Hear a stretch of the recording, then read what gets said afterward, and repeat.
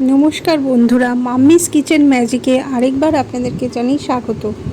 আজকে আমি আপনাদেরকে করে দেখাবো কাসুন্দি দিয়ে কচুর লতি।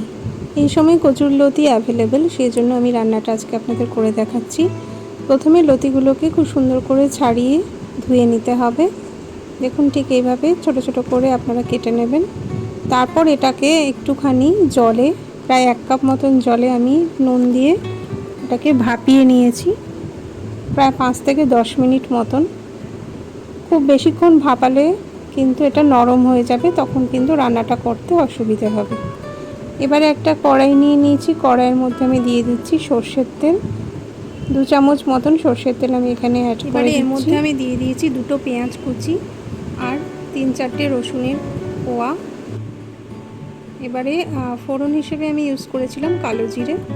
এবারে এই সেদ্ধ করা কচুর লতিটা এর মধ্যে আমি অ্যাড করে দিলাম। একটুখানি নেড়ে চেড়ে নিয়ে এরপর এর মধ্যে আমি নুন, হলুদ আর কাশ্মীরি লঙ্কা গুঁড়ো অ্যাড করে দেব।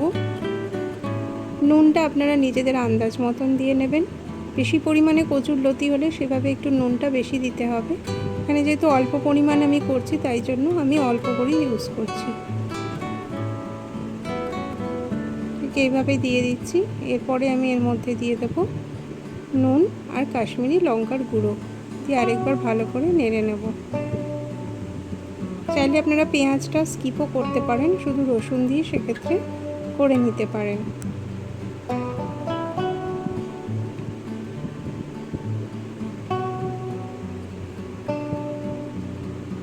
এরপর নাড়াচাড়া করার পর এটা যখন একটুখানি সেদ্ধ মতন হয়ে আসবে, তখনই এর মধ্যে আমি কাসুন্দিটা অ্যাড করব।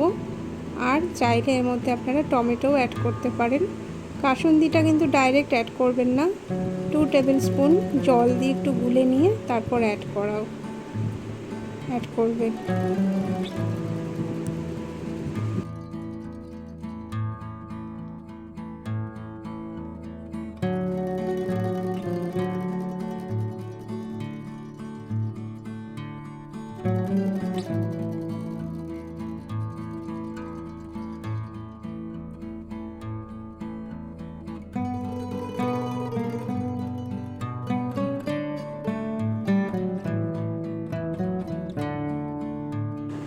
এবারে আমি এর মধ্যে অ্যাড করে দিলাম কাসুন্দিটা।